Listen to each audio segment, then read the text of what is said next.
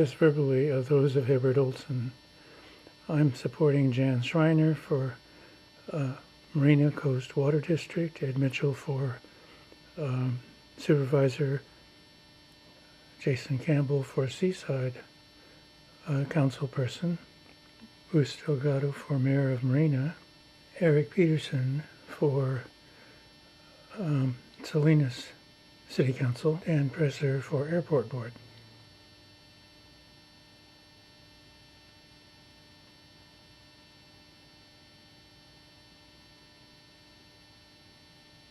We drew lots at the beginning to determine what order we would go in.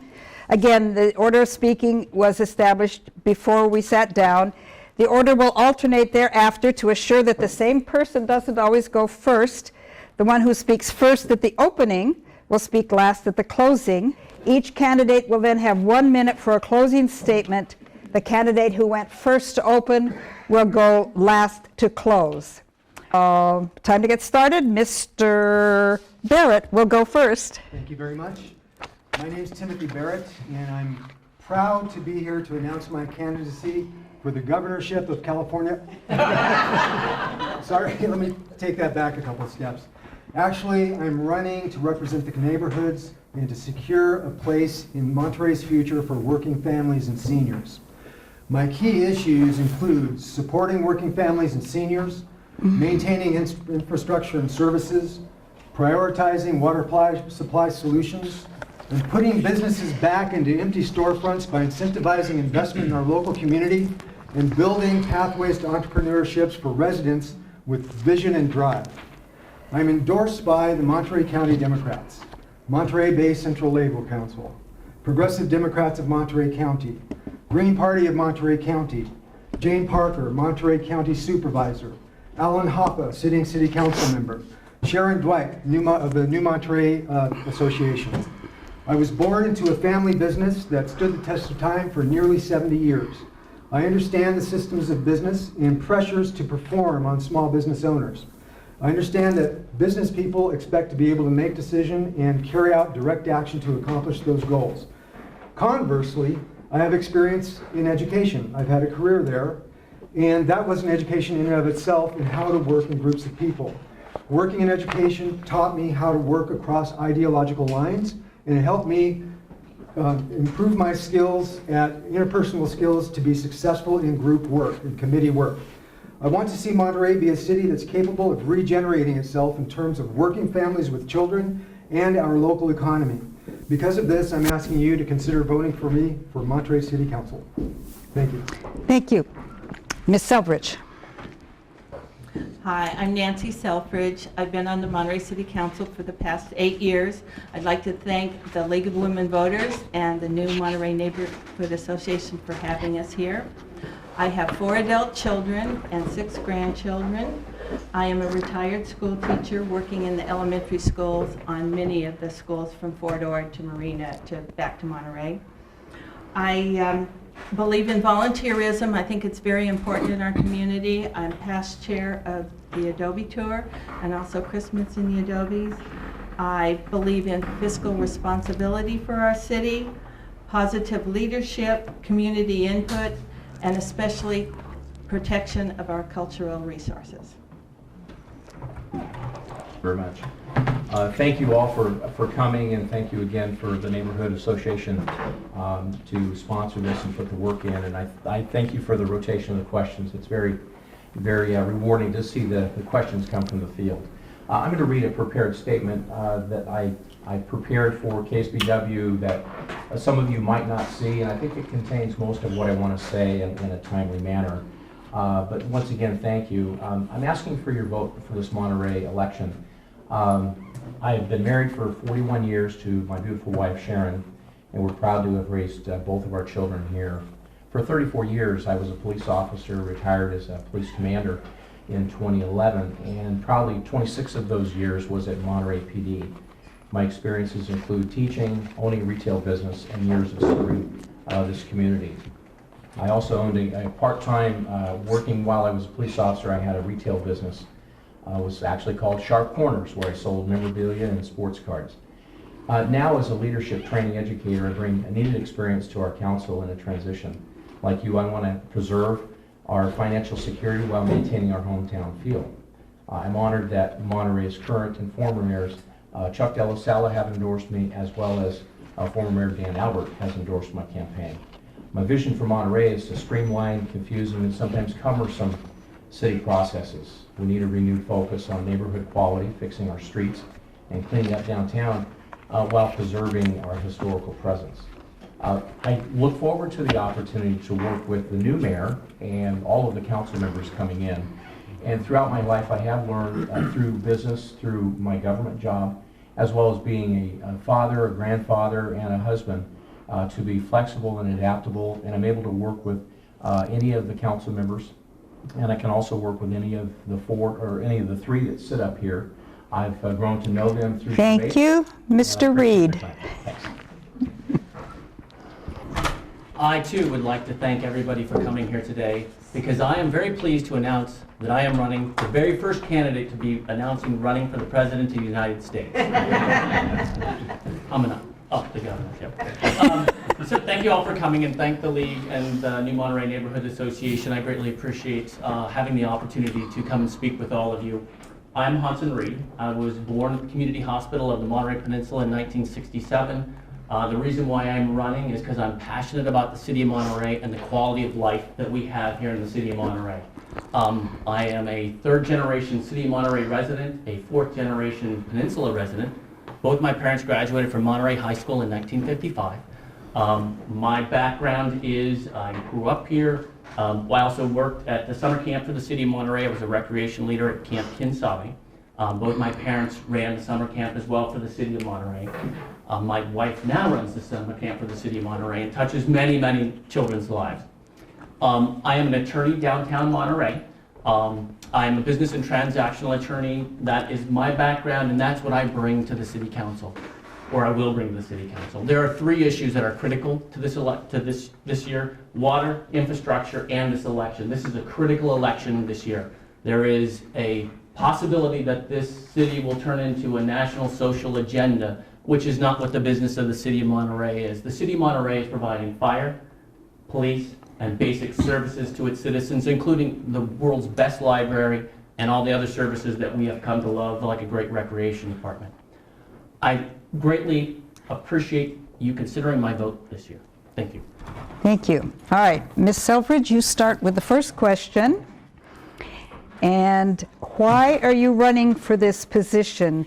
What do you hope to accomplish if elected? Perhaps you could name 3 things. I'm running for this position because I've been on the council for 8 years, and there's some things that still haven't gotten finished doing. I'm very excited to have a new mayor coming in who is a past mayor and knows where everything is in the city that needs to be done. I look forward to working with him to bring some change, positive change to the city. I'm very proud of my commitment to making Monterey more international with our sister city program. I was the one who got Azerbaijan as our sister city, Lankaran, Azerbaijan, and I helped to get our sister city in Turkey started. So that's what I'm most proud of. Thank you. I think Hansen covered a couple of those things, the 3 reasons why I'm running. I'm running because I think we need to stay on track to get a sustainable water. Water is the #1 issue wherever I go, and I knock on the doors, and I totally agree. We need to make sure we keep our eye on the ball and working with the entire council and the new mayor to make sure that we get us water. We need to fix our roads. I'm hopeful that Measure P will pass, and I want to be on the council to ensure that all of those funds are dedicated to just the roads. Our streets are in disrepair, and we need them desperately repaired. Thirdly, I'm running because I feel like the city council needs to have leadership experience, people that have had more experience than just one track. I've had government experience, I've had retail experience. I'm currently a leadership educator, and I run a private company providing organizational leadership. And I think this council needs leadership experience. and people that are willing to work with each other and get along. Okay, thank you. Mr. Reed? Again, the election, the water and infrastructure, we need a new source of water, and we needed it about 15 years ago. And 15 years ago is probably even 15 years too late. We need whatever, I'm like everybody else. I want the least expensive and the quickest source for water. I don't care if it's Cal-Am. I don't care if it's one of the other two projects. I want the quickest, least expensive source for water for us. And as a council member, I will support that. Also, infrastructure. We have to do something about the infrastructure. I strongly support Measure P. I hope Measure P passes. But if Measure P doesn't pass, I mean, it needs 2/3 vote to win. And there are about 15% of people who don't like taxes to begin with. So if Measure P does not get passed, there's going to have to be some tough decisions made on the city council, and I'm willing to make those tough decisions. I'm analytical. I will weigh both sides of an argument, and I will make the best Thank decision. you. Mr. Barrett? First responsibility of the city government is to maintain the infrastructure of the city. I support that. Yes, we need a new water source. I also am supporting a desalination plant. So yes, we need those things. But even beyond that, I think we can have a higher vision. And that vision includes identifying that working families with children are under threat here. And when you say that you want a city that's capable of regenerating itself, that means that you have to have children. That means we need to start looking at other things like how can we support the success of our schools? How can we have jobs with livable wages in our cities? How can we put businesses back into empty storefronts? And I don't think our city council has taken creative enough approaches to doing those things. I have some ideas, but of course the most important idea of all should be automatic, to have an open and inclusive government and really listen to the people of the community and see what their needs are and translate that Thank into you. policy. Mr. Smith, you will start this next question. What will you do differently than the current council? That's pretty broad. I think to start with, I think our first council needs to gather together and really start talking about what our top priorities are in setting our goals for the next 1 to 2 years as a council. I think that that's been lacking in the previous council. I'm not sure that the council has ever really sat down at a workshop with a facilitator and hammered out with each other what are the top priorities for themselves. And I think it's been a bit piecemeal. I think we've had a rocky road the last couple of years, and so I would bring some stability. I want to get some things done. I want to roll up our sleeves, and I also want to get along with all the other council members and the new mayor and identify what our top priorities are moving forward as a unified teamwork council. Okay, Mr. Reed. Let me give you more time. Fantastic. I do differently. I would do a lot differently than the current city council. I am currently on the planning commission. I was on NIP before that. I would focus a lot more on the neighborhoods is one thing. I think NIP is something that needs to get back on track, that we have a backlog of projects that need to come to the forefront. We need to build those projects. There is a lot of money out there that that can be spent to help the city of Monterey. That's one. The other thing I would do is I would pledge to not cause any kind of discord if I were not in a majority vote. So that is one thing that the city council has had recently, where if you're on the losing side of a vote, you cause discord in the city of Monterey. And I pledge not to do that. And on planning commission, if I'm on the minority vote, I'm happy. I mean, I'm not happy with it, but I live with it. It's something that's how government operates, is you're not going to get your way all the time, but everybody has the best interest of the city. Thank you. Mr. Barrett. We've just come through what I fondly think of as the Fred Muir era on the city council. Fred Muir, essentially, in my view, is a very wonderful, competent man, but he took on the role of the president of Monterey. And what we had for city government was a strong city manager and a weak city council. I think that has to change. We have a new city manager, and we have a fairly young city staff. And so now the city council has to step up and take a leadership role. I'm willing to do that, and I think we're left with a legacy of a city government that has revenue leaks throughout and breakages in its basic functions between departments. I will do whatever it takes to work with our new mayor and the other city council members to plug those revenue leaks and put Monterey back on a track for a fiscally accountable budget that's also socially responsible.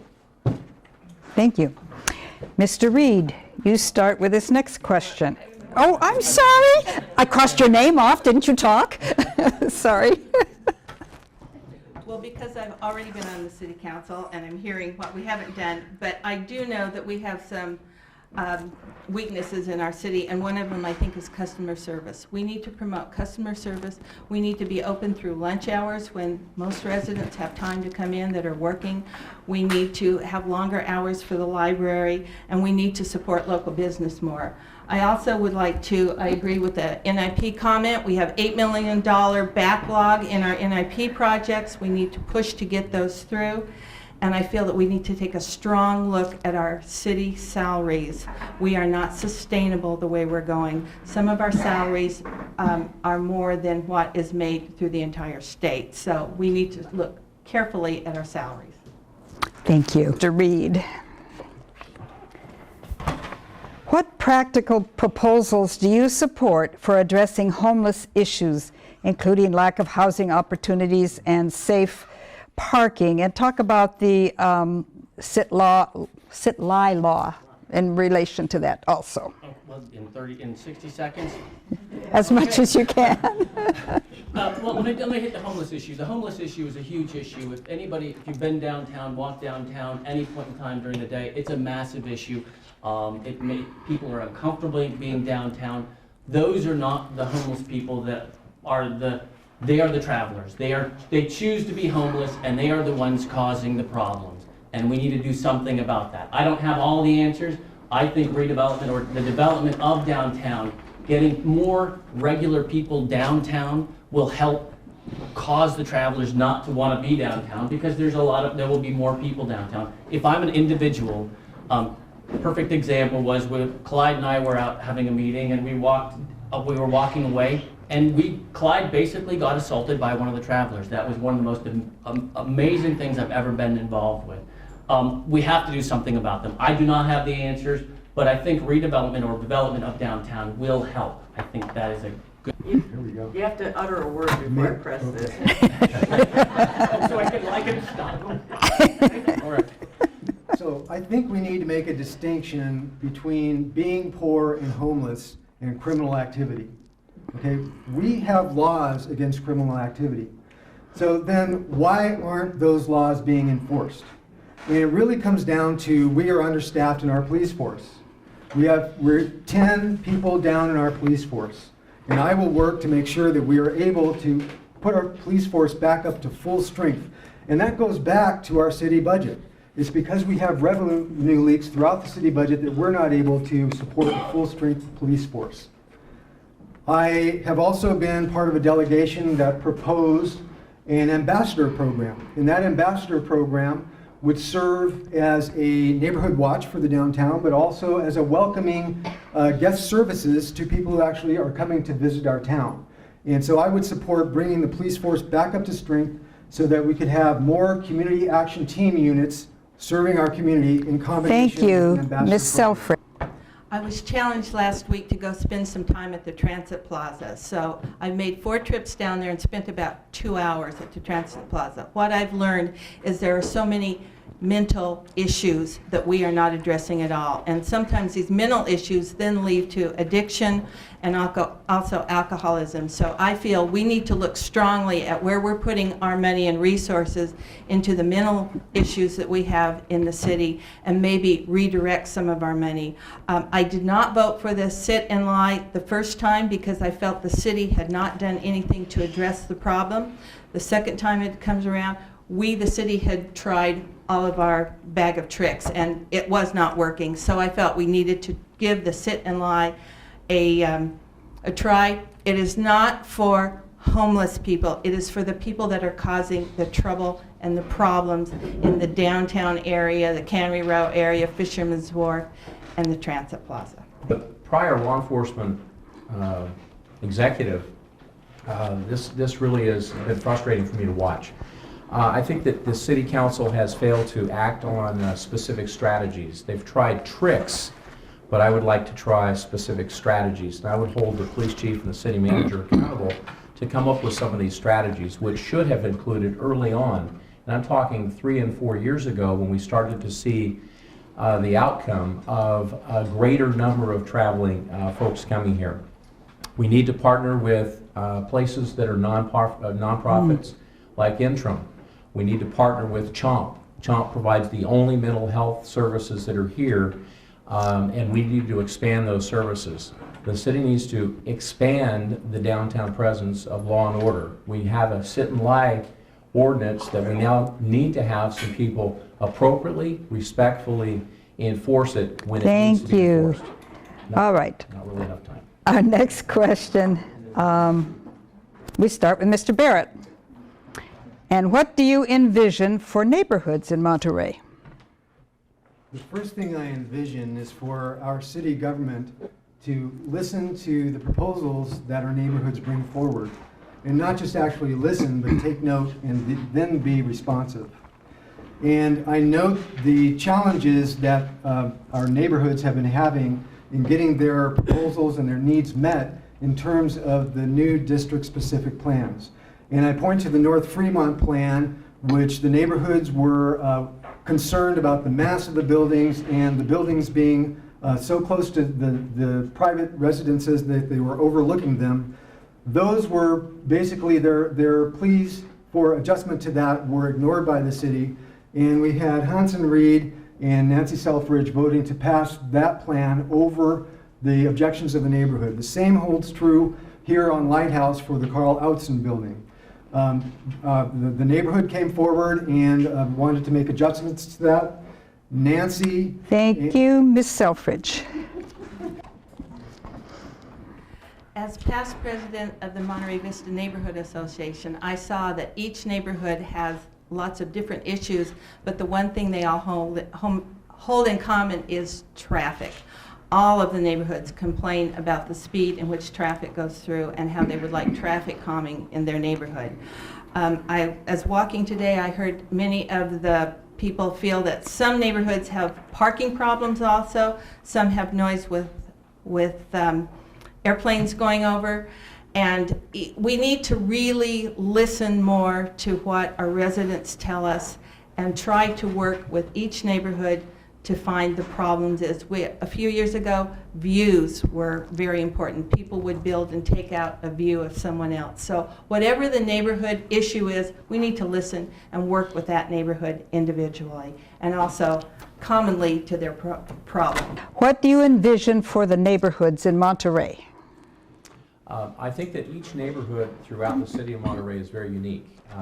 Much of my time through my 26 years at Monterey, I was able to walk foot patrol downtown, drive on patrol, go into homes and helping in a variety of different ways. So I don't think you can say one size fits all for the entire town, but each neighborhood is very specific, which is why it's relevant to have specific plans. And I know the Lighthouse preferred plan will be coming at some point to the future City Council. I think it's very important to look at which components will deal with height limitations, traffic, and rerouting. And New Monterey has a significant traffic issue, and I want to say anything we can do to work with the military, I want to continually have that dialogue with the military to get DLI passage open, reroute, use something, somehow we can get some relief on our traffic through DLI. And it's an uphill battle, I would admit that, but if we don't put that on our top priorities as a council, Thank you, we'll never get done. Mr. Reed. Important part of the city, there's no question about that. The neighborhoods are the key to the city. That's the reason why I love living in the city of Monterey, is because all the neighborhoods are different. I live in a neighborhood that's not near the middle of the town, but it's a great place to live. Regarding the specific plans are very important for the development of the city of Monterey. North Fremont, I'm happy and proud that I voted for that. The city of Monterey has a $6.5 million grant to redo North Fremont Street because of that specific plan. Seaside didn't get that grant because they don't have a plan. So I'm very proud of that plan. Regarding Carl Outzen's building is a great building. Carl is a pillar of the community. He has built some fantastic buildings. I support Carl 100%. Now if it comes with a building that that it's not good for the city or it's good for the neighborhood, then I will not support it. But everything Carl has done, I proudly support Carl. And all the votes, it was 5-0. Thank you. Twice by the city. And Ms. Selbridge, you start on this next question. Had the council budgeted adequately in the past to keep our streets, sewers, and other infrastructure in proper repair, would we need to be borrowing money now to do it? No, we have not budgeted well enough in the past. We have used our money that we've had for other things such as salaries, and it's time to really take a serious look, have a budget committee that is made up of residents of the city that have financial backgrounds, and really take a strong look at where we're spending our money and how we're spending our money, and put it into the needed resources that this city needs and deserves. We're just starting to come out of a recession that was excruciatingly painful. And every city in America felt it, and especially Monterey. Monterey at the time of the recession had over 550 employees. Some could argue too many, great service, maybe we were behind the curve, but the recession came, and now we're still rebuilding that. We now are down to about 410 full-time employees. So we have significantly cut. When I say we, I left the city in 2006. This council that I'm trying to be elected for will face some of the same problems, identifying appropriate funding for appropriate service, making sure that we are in line with our budget, not overspending, and we should never have to go and tax you for something that we didn't do. But I think that we have not been able to save enough money to put into the roadway because we have not invested in roadways for probably 20 years in the residential neighborhoods. We have F and D minus rated city streets. Thank you, Mr. Reed.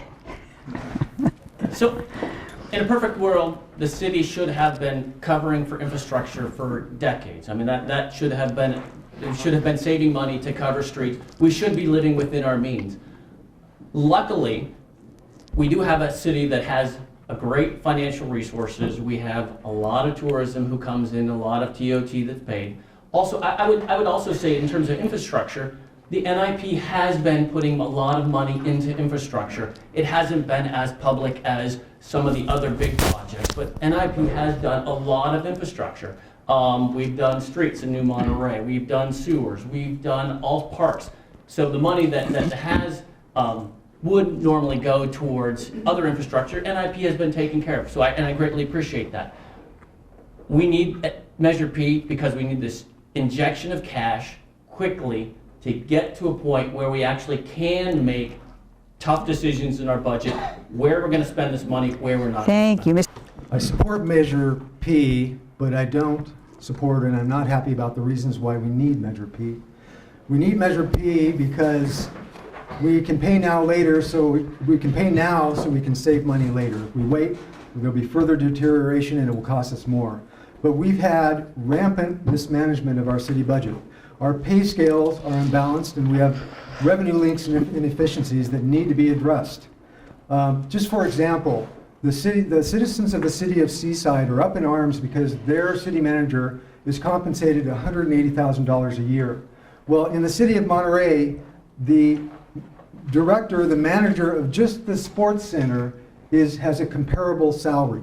Okay, so I support taking a close look at the salary schedule. I would like to task a citizens budget review board to come up with comparisons and set parameters for a salary review so we can set the stage to put our city back on track. Thank for fiscal you. accountability.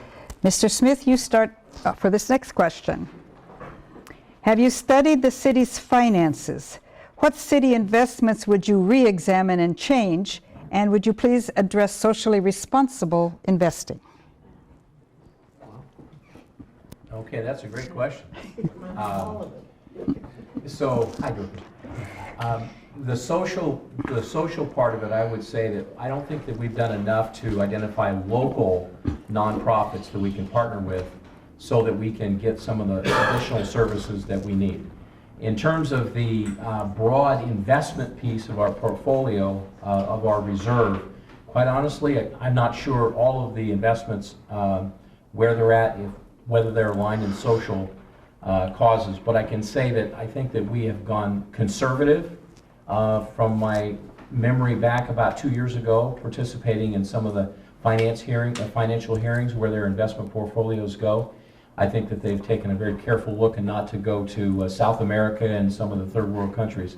So I think they're pretty conservative and the returns have been good.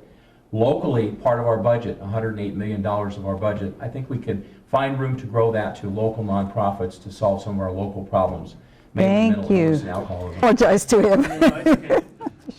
So regarding the finances and the investments that the city can make, they're actually governed by a whole set of rules, and the city can only invest in very, very low return investments, and they're very safe. They're not, I mean, so the finance director is very limited on what they can do. So they can't go out and buy shares of Apple. They're not allowed to do that. There's a whole set of rules that they have to follow, and so we don't make a huge return on the investment. In terms of other sources of money for the city, we have a fairly large real estate portfolio, which is actually probably larger than most cities.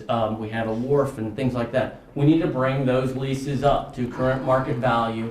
We have a legal obligation to comply with the terms of the lease that we are currently there, but we need to, when those leases expire, we need to bring those rents up to the current market value.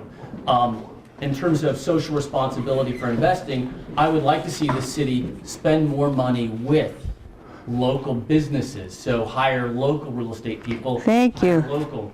I think we should take a look at where our money's being invested, and that we should make sure that we haven't any sizable investments with banks or financial institutions that have been implicated in criminal behaviors relative to the stock market crash. I know for a while there was discussion of reinvesting or putting money back into derivatives, which turned out to be the highest risk form of investment that we could get into that caused the crash of the stock market. But I would like to bring it back more locally, and I'm a proponent of what I call a sunshine ordinance. Other cities have this, and what it does is it takes the requirement that banks already have on them to report to the federal government where their investments are going, but turn that around and make it into a digestible form that can be digested by the citizens of Monterey, and do that in an annual report to the city, so that we can be informed consumers of where we're putting our money, and we can make decisions based on whether or not a bank or an institution is reinvesting in our Thank you. Miss. Yes, the city does not have broad choices in where they can invest their money. There are specific rules that they have to follow that's already been set up. So that's kind of taken out of the city's hands. And I think that we, the city, do follow that very closely and do a good job with that. Our leases are not all up to market value. That is a huge priority for the council right now, to get all of the leases as they come due back up to market value. I believe in public-private partnerships, especially if we can use local labor and keep the jobs and the money in our area. Thank you. Okay, the next question. Get my list here so I go in the right order. We start with Mr. Reed. And how do you think the wharf parking should be resolved in the Monterey downtown plan? Do you agree that the community has chosen the right vision? That's a good, I'm on planning commission, and we met last Tuesday and we postponed it for another week. We're going to have a study session. Parking is a huge issue at the wharf. There's a question whether or not the leases we're obligated to maintain the parking, but at any rate, the specific plans are long-term goals, and specific plans should have a vision for a piece of property, not what's happening today, but in the future. And the wharf and the waterfront is a very important piece of property for the city of Monterey. It should be for everybody to view. I would like to see not a huge parking lot there, but I would like to see the businesses be provided parking, the citizens be provided parking, and also the citizens have a place where they can go use the waterfront. That's not the window on the bay, but is the marina as well. I think the specific plan is very close. Thank you. This question really gets to the issue of the waterfront plan.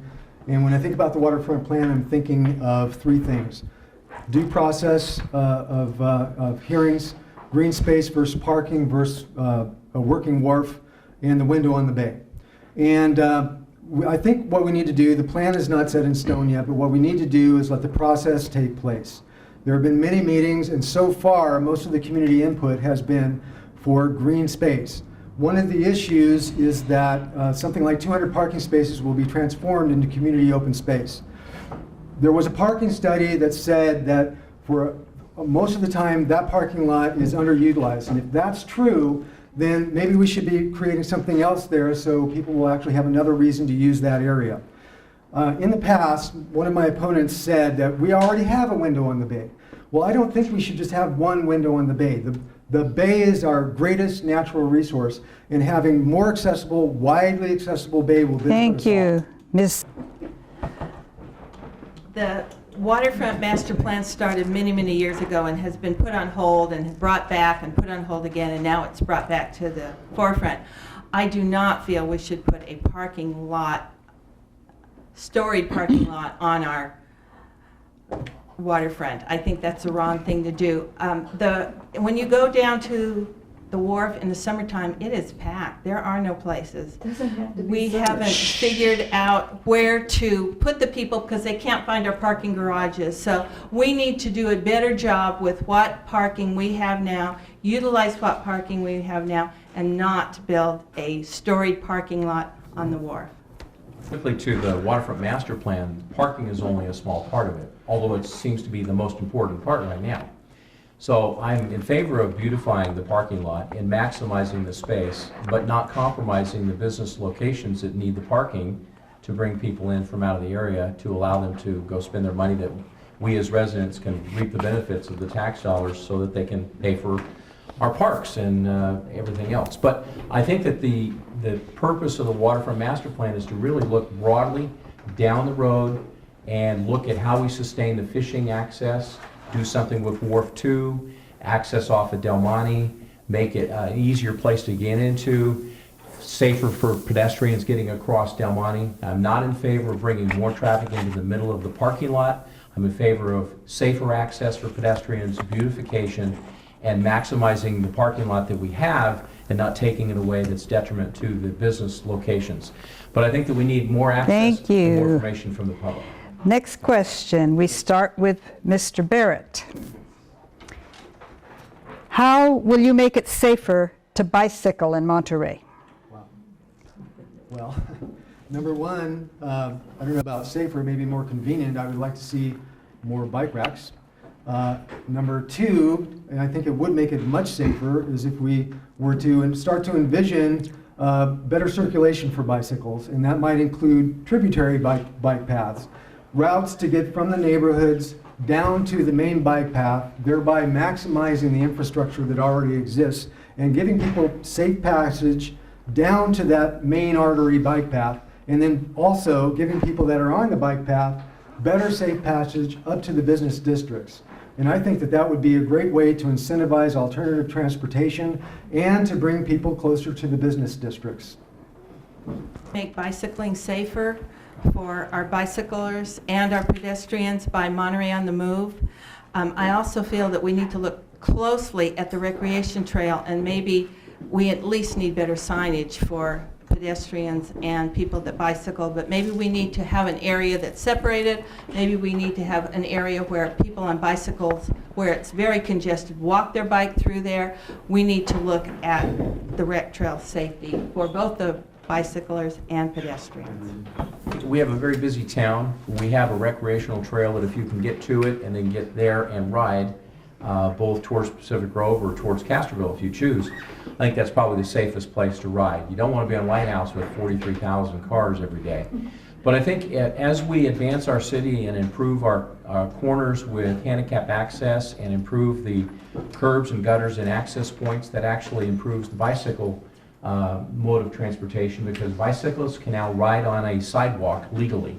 So we want to encourage our bicyclists through education, through our schools, as well as improve signage to encourage the bicyclists to get off the busier routes, get onto the safe passage routes similar to a safe school route for kids walking from home to school. We should be able to do the same thing for bicyclists and get that out through the educational system on our website, as well as the bike clubs and the schools, so that they know that there are safe routes for bicycles as well. Thank you. I would like to see everybody who rides a bike wear a helmet. That's the first thing. Secondly, the City of Monterey has adopted a multimodal mobility plan that is being interwoven into all of the area-specific plans. And what Mr. Barrett has been saying is already in the multi-mobility plan, I can't even say the term, but has different paths already configured out. The Planning Commission has already done that. The City Council has already done that. Now we need to just implement those. And part of that is the North Fremont plan, which we got the grant, is going to be putting bike lanes on North Fremont Street. So all of these plans, we're going to be going out and getting grants, and we're going to implement this plan, which will make bicycling more safe in the City of Monterey. Thank you. All right, Ms. Selfridge, you start the next question. Who would you say your primary constituents are? I'm sorry? Who would you say your primary constituents are? I think the neighborhoods are my primary constituents. And I also, after that, I think it's important that we get our business community back up to speed. We need to keep our tourist dollars here, but not at the loss of the way we residents live. Yeah, I agree. I think it's the residents. A lot of people that run businesses don't live in Monterey. We value their business, it's great, but they don't sleep here, they're not living here, they're not enduring the traffic that we're enduring. So what's important to me is how we serve our residents, how we serve our students that go to our schools, and how we make our roads as safe as we can to navigate on our roads. But my constituents are those that I live with, my neighbors, the friends that I've got in town, and where a lot of my signs sit are in friends and neighbors' houses, number one, and that's where it really starts. The constituents of the City of Monterey are citizens, businesses, and the tourist industry that brings the money that provides the services that we all come to enjoy. Primary, by far, is the citizens of the City of Monterey. Just because you're a citizen of the City of Monterey, though, there are going to be some things that we make or decisions that we make that, as a planning commissioner and as a city council member, my goal is to sit down and listen to both sides of an argument, both sides of a story, both sides of something that comes before us, and make the common sense decision for the City of Monterey. Sometimes those decisions are going to be tough pills to swallow for parts of us. Some that might benefit, some might not be good for others. It just depends. There's a balancing act. Who I envision myself, and it's a lofty goal, is Dan Albert Sr. Dan had a great job of being able to go Thank both sides. you. Envision myself, and it's a lofty goal, is Dan Albert Sr. Dan had a great job of being able to go Thank both sides you. at the same time. Miss, Constituents, children, parents, working families, business people, the people of our neighborhood, the humanity that goes into making a city, those are my constituents. And if I might paraphrase Clyde Robertson, when it comes to an issue where it's the neighborhoods versus some other issues, it's a no-brainer. The neighborhoods win, hands down. In every issue that comes before me, what I'll be asking is, who wins?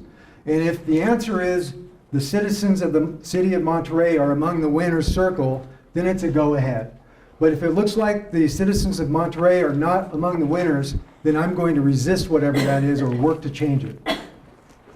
okay, question number 10, Mr. Smith, we start with you. And this question is two that relate to water. What have you done to support public water, and what will you do to ensure we have water in next year and the year after and the year after? And after. yeah.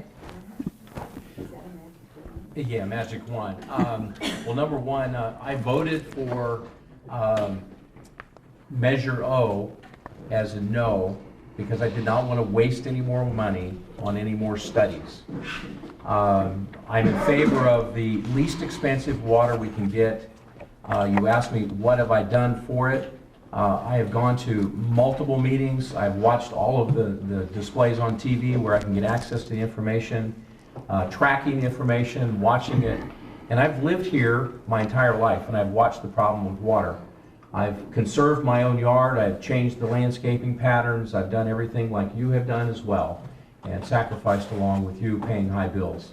So I've not been in an elected position to be able to do much more than watch as it's been out of control, wanting more out of the process, and I think our leadership in the region has failed us, and we're getting a little closer. Thank you, Mr. Reed. At this point in time, public water is not on the table, so I will not comment on public water. It failed 45 to 54 vote at this point in time. So I am for whatever source of water we can get, again, the quickest, the fastest, and the least expensive.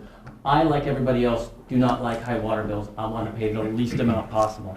So in terms of water, water is a complicated issue.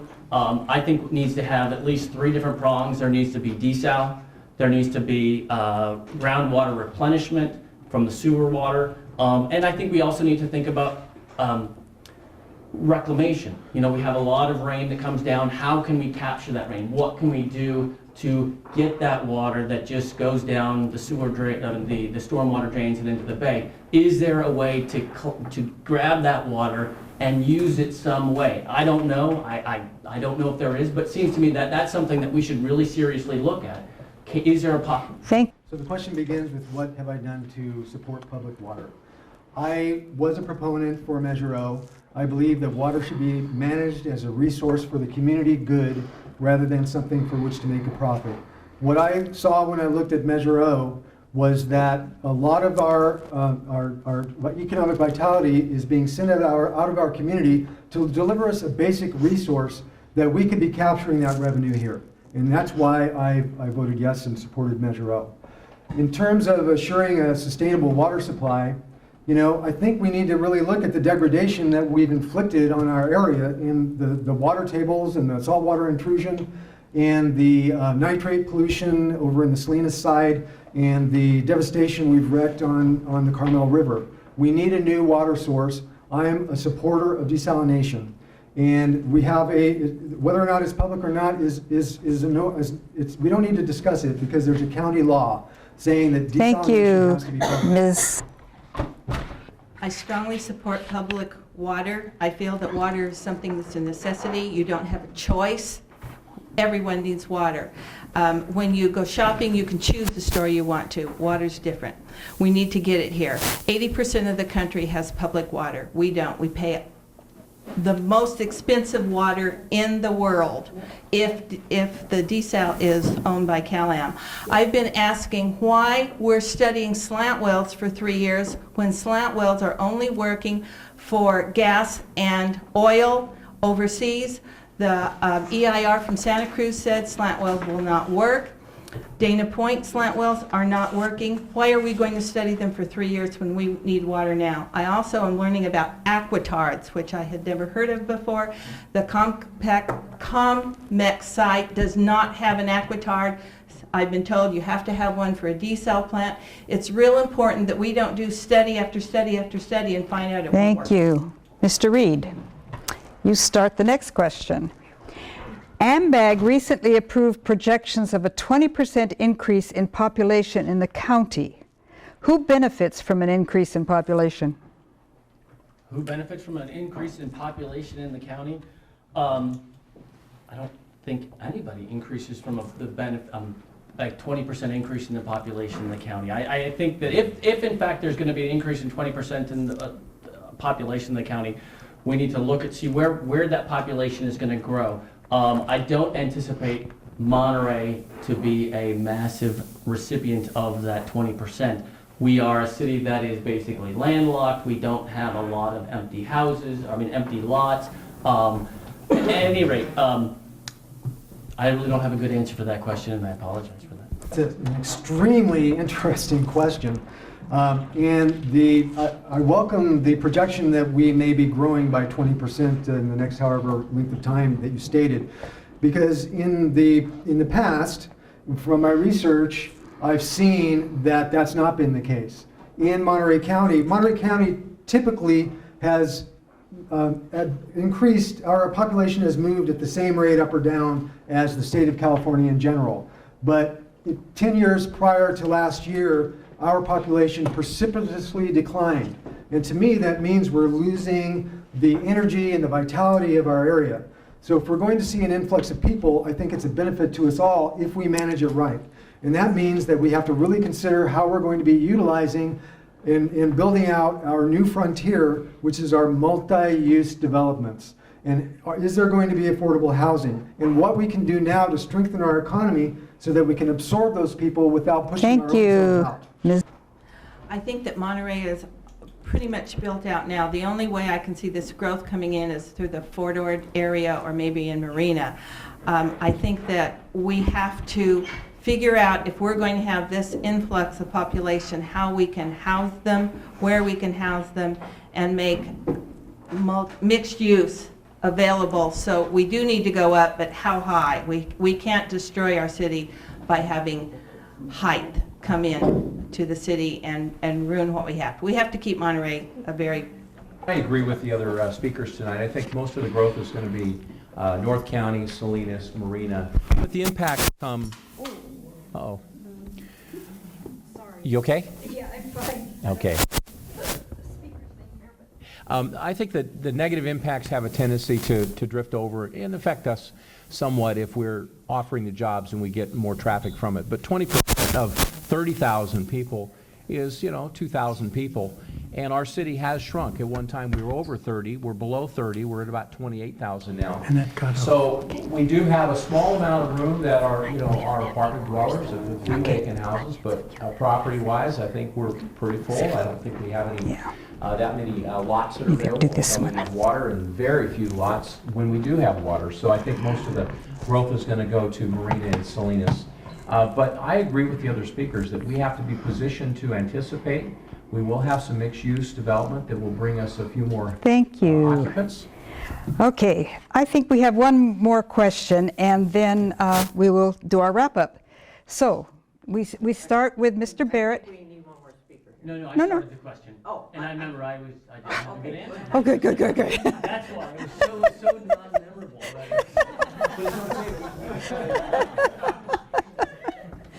Okay. What question are we on? We're on question number 12, and Mr. Barrett starts. Okay, are you aware that the National Trust for Historic Preservation is petitioning the Monterey Superior Court to change the will of Francis Malera to allow food and beverages to be sold at the Cooper Malera Adobe? What do you think the city of Monterey could do to help keep Cooper Malera Adobe as part of the Monterey State Historic Park and ensuring public access? Interesting question. The first question is that the answer to the first part of that question is that no, I was not aware of that. But I am aware of the fact that many of our community sites and our historical sites are under duress. And I think one way in which we can improve access and maintain the integrity of this system is to create more public-private partnerships, partner with nonprofits to find innovative ways to bring these assets to the attention of the public and find ways to bring them there and to demonstrate the historical assets and the unique community that we do have. It's an issue that we really need to be thinking about. We need to really guard against the loss of these assets. I know we have a very interesting proposal to create a kind of a business model around some of our historical sites. That's okay as long as we don't disturb the Thank you, ambiance Ms. and the access. Selfridge. Yes, I was aware of this lawsuit, and I was a volunteer at the Cooper store way back when it was in the Spears warehouse. So I've been actively involved with Cooper Malera Adobe. I know that the historic groups that are bringing this lawsuit feel that they would like to see a compromise. They are willing to have food and beverages sold in the barn, in the Spears warehouses. They want to keep the houses, the Diaz Adobe and the Cooper Adobe, the way it is now. Keep it at museum quality, first rate, but they're willing to share the rest of the park with food and beverage because they realize that we need to bring more people in and keep it viable financially. Good answer, Nancy. Yeah, I think that the Cooper Adobe is an interesting partnership attempt, and I think that if it can be compromised where there is more added access, the public can go use the museum quality, and then there is food or services available as a partnership. And I think that we need to very carefully balance how much of that is divided off where people are compromised with a historical site. But if there's a way that they can compromise where a small amount of space is allowed that services the visitors to that site. And I would further like to get the state to open up additional historical sites such as the First Theater, because we so desperately need to have the First Theater opened so people can actually enjoy that. When I was in Europe, every castle I went to had some place for services and food. When I was in Carlsbad Caverns in New Mexico, they had services at state parks. Thank So we you, should also Mr. have that Reed. law. I was not aware of the lawsuit, so I answered the first part. The city of Monterey is one of the most historic cities in the United States. It is a fantastic city. We have so many things that are the first. We have the first state capitol. We have, actually, the Gordon House is the first milled wood house in the state of California. Nobody really knows where it is, but it's a fantastic building. It's where planning and public works are located. We also have the first theater. The historic resources of the city of Monterey have to be maintained, they have to be economically viable, and they have to be put at the forefront of the city of Monterey. People come to the city of Monterey because the city of Monterey is the greatest city in the state of California in the United States. We have a waterfront that's first class, second to none. We have historic resources. We have so much going on, and we need to maintain those. We need to make sure that they're open to the public, and we need to make sure that everybody who comes. Thank you. But you get to be first for closing, so we started with the opening at this end and went that way. So for the closing, we're going to start at that end and come this way, and you get 1 minute. One Okay. minute for your closing statement. Okay, so why should you vote for Hanson Reed? You should vote for Hanson Reed because I am different than almost anybody else on the city council or who will be on the city council. First of all, I'm relatively young.